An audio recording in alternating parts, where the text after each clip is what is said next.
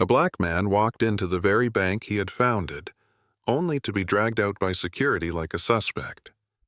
No one asked his name, no one looked at his ID, no one realized he was the CEO. But what the people inside that bank didn't know was that they had just made a very big mistake.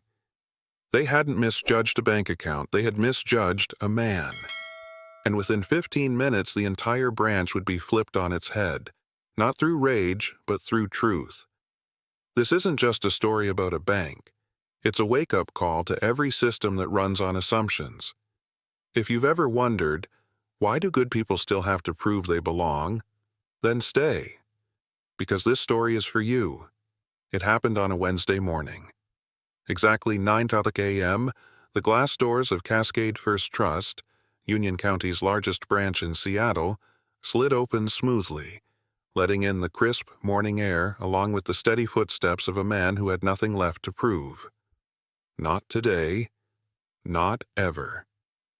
Darius Cole entered with absolute composure.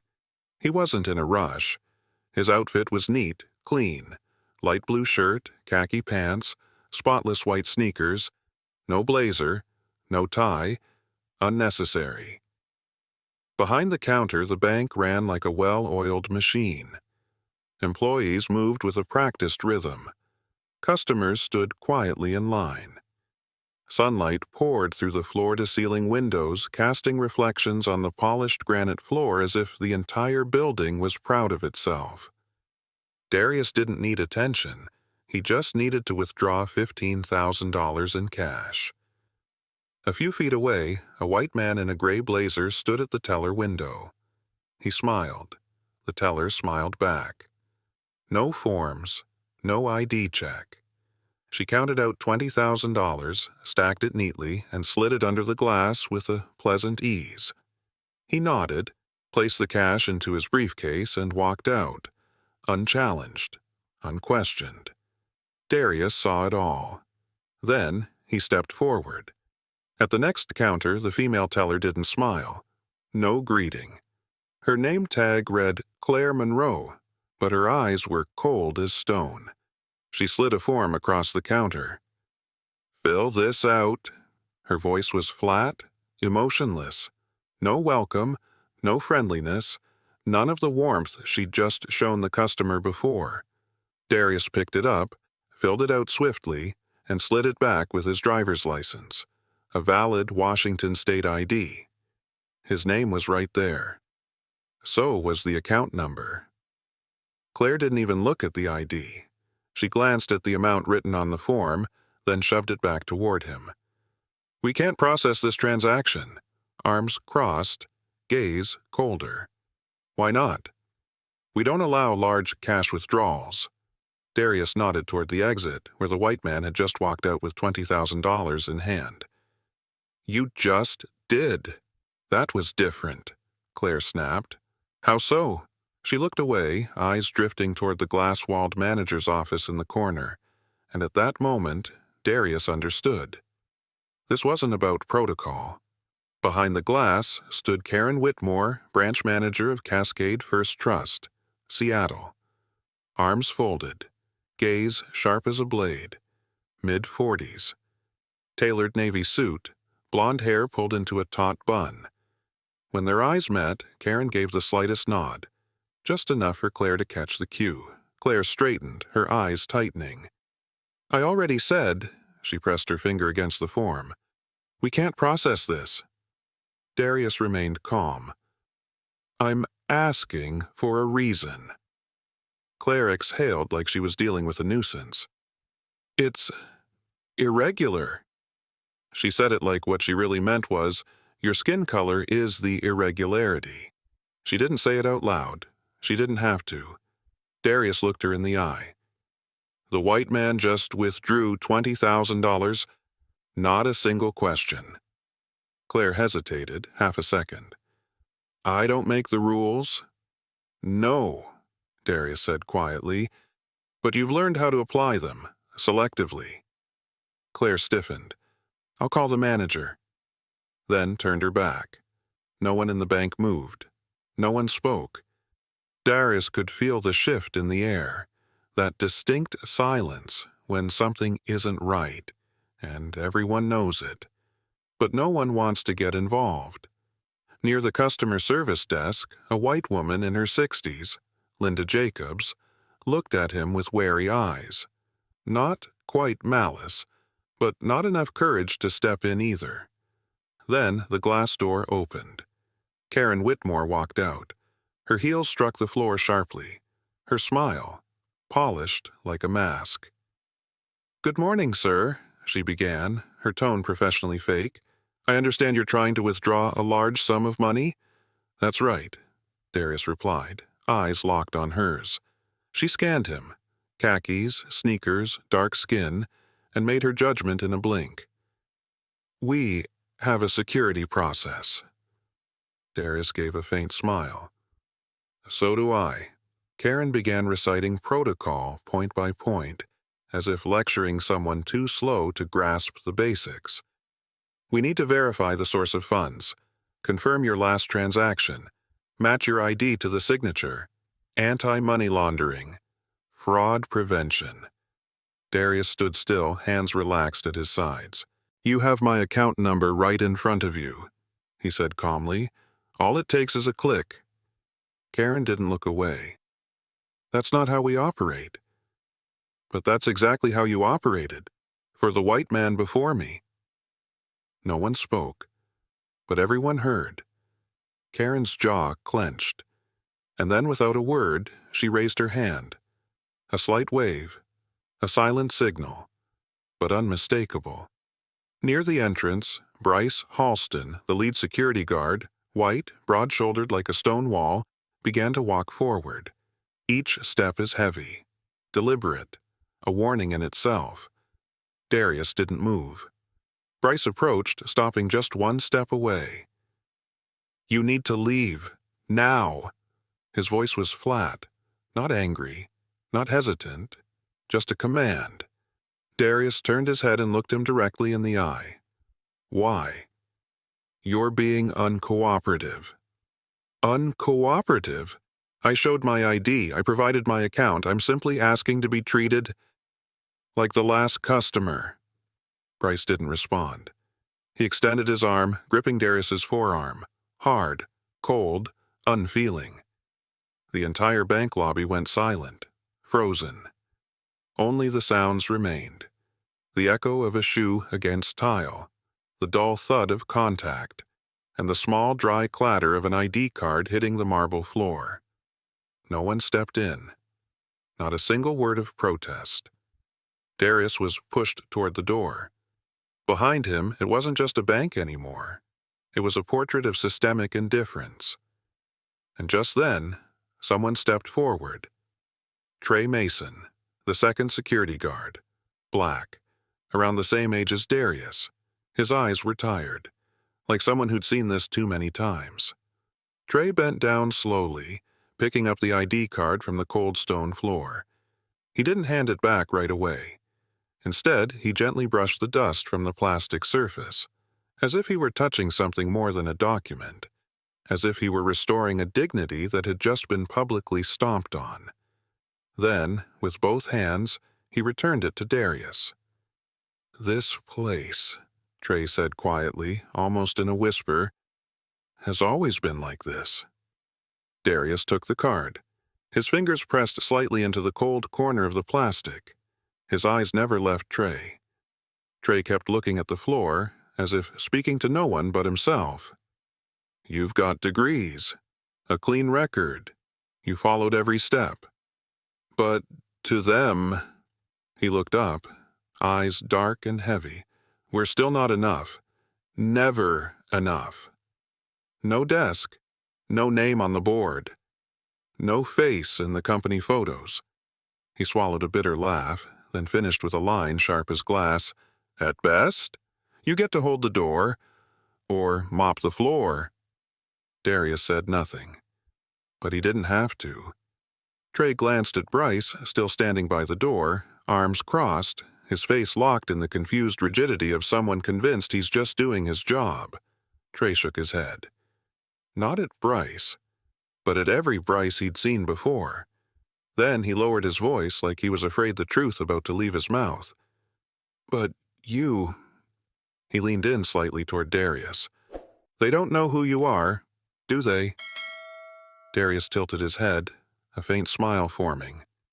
Not smug, just certain. He pulled out his phone. No hesitation. No need for video. No shouting for justice. He simply opened his contacts and tapped one name. The ring echoed through the quiet. A man's voice answered immediately, firm, professional. "Robert Ellison speaking." Darius brought the phone to his ear, eyes still fixed on the glass panels ahead. "I need you at the Seattle branch, immediately." On the other end of the line, there was a pause, just one breath long. "I'll be there in 15. No further words. Darius closed the phone. No fluster, no anger. But something in his gaze had changed. Sharper, quieter, and dangerous in a way that didn't make noise. He stood tall. No sirens, no scuffle. No one is shouting, "Racism!" Just Darius Cole. Standing before the glass doors of the very bank he had built. A pale blue shirt rippling slightly in the breeze. His face was unreadable, but every breath in his chest was counting down. Inside the bank, everything kept moving as if nothing had happened. Claire Monroe kept her head down, pretending to review the transaction log. Avoiding the entrance like maybe if she looked down long enough, reality might disappear. Karen Whitmore had retreated into her glass office. Door shut. Like someone trying to hide from a storm they thought would never reach them. Bryce Halston stood guard, shoulders tight, eyes forcing neutrality, as if his hand hadn't just gripped the arm of the man this entire institution stood on. They all stayed in character. People are long accustomed to going unchallenged. Trey stood beside Darius, one hand on his hip, eyes fixed on the bank doors like he was waiting for a sign from the sky. He glanced at his watch, then at Darius. "You sure about this?" Trey asked. Not loud, but with the weight of worry for them both. Darius didn't turn. "They need to see," he said. Voice low, clear.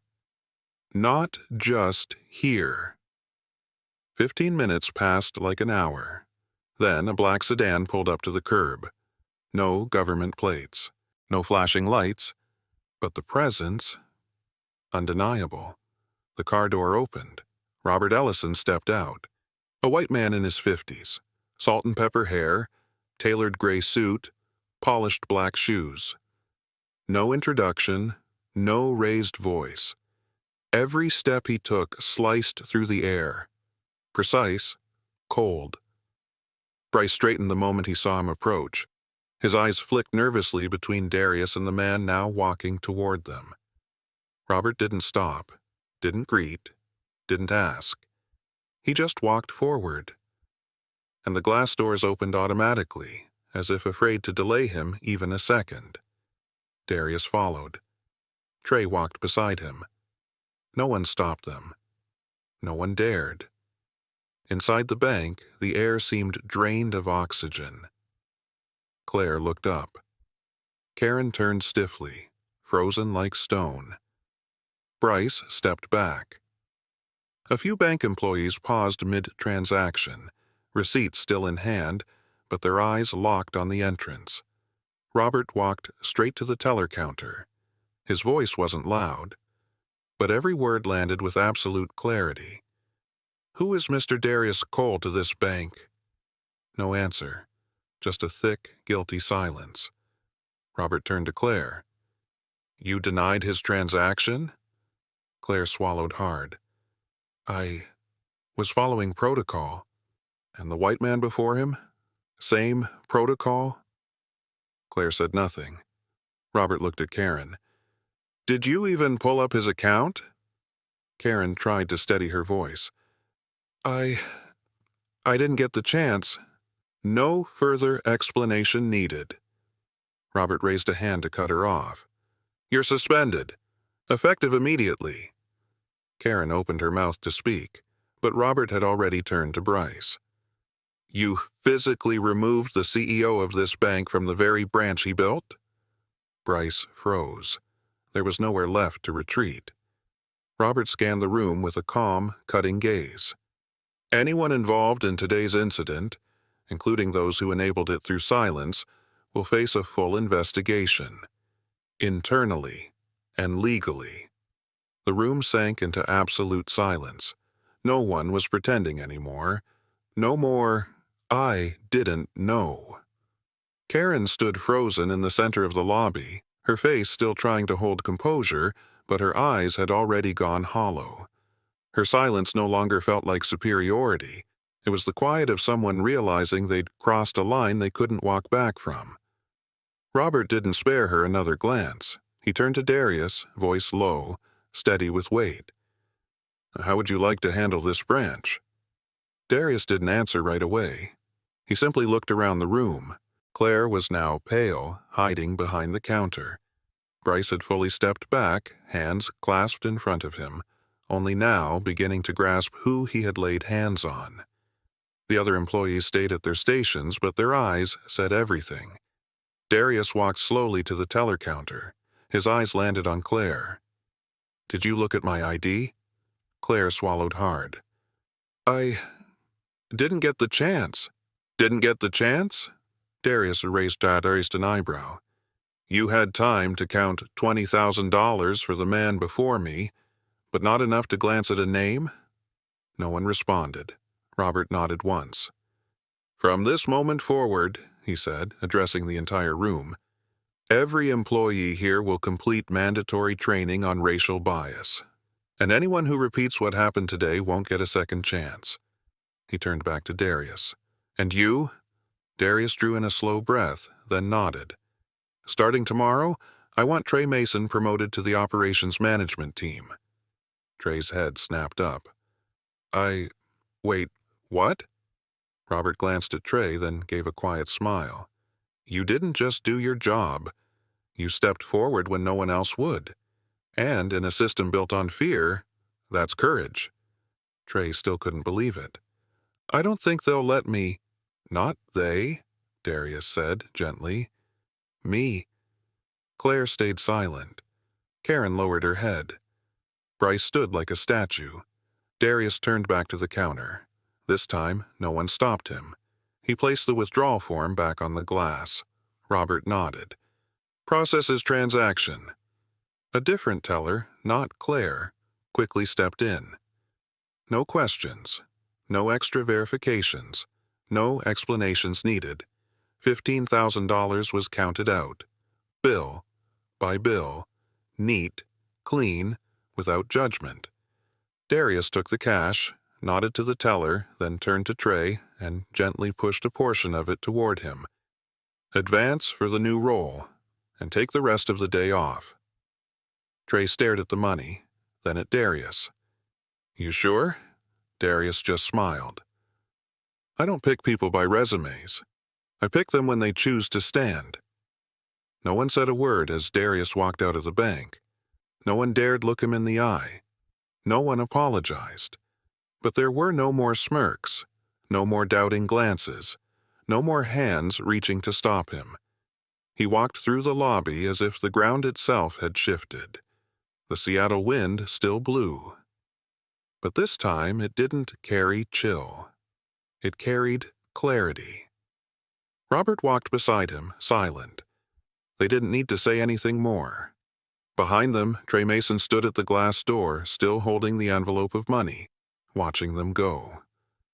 Not because of the cash, but because, for the first time in his life, he no longer felt invisible.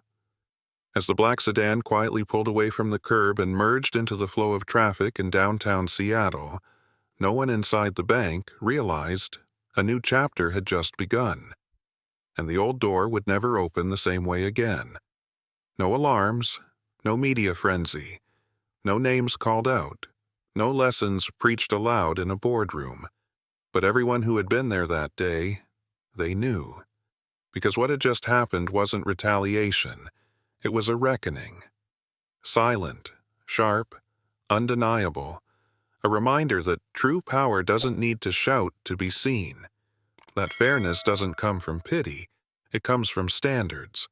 And that sometimes the only thing it takes to expose a rotting system is one person who refuses to bow. Hours later, a quiet notice appeared on Cascade First Trust's internal portal. The Union District branch will be temporarily closed for a comprehensive review of customer service protocols and staff retraining. All transactions will be rerouted to the Fremont branch. No specific reason, no names mentioned, no ink spilled to document the sound of a system's mask collapsing under its own weight. But those who witnessed it, they won't forget. And next time when someone walks in, with a skin tone unfamiliar, with a voice outside the standard, with an appearance once underestimated, they'll look again. Because this time, they made that mistake with Darius Cole, and it will be the last mistake they ever get the chance to correct. Some mistakes come from ignorance, but others are born from prejudice, quiet, persistent, and deeply embedded in the system. When someone like Darius Cole is underestimated, the issue isn't with him. It's with those who believe they're just following protocol. Thank you for listening to this story. If you believe that justice doesn't need to be loud to be heard, leave a comment below. I saw that. Because sometimes a single look at the right moment, it can be enough to change the way an entire system operates. Tap, like, subscribe, and hit the notification bell so you never miss a real, human, and inspiring story every week. See you in the next video.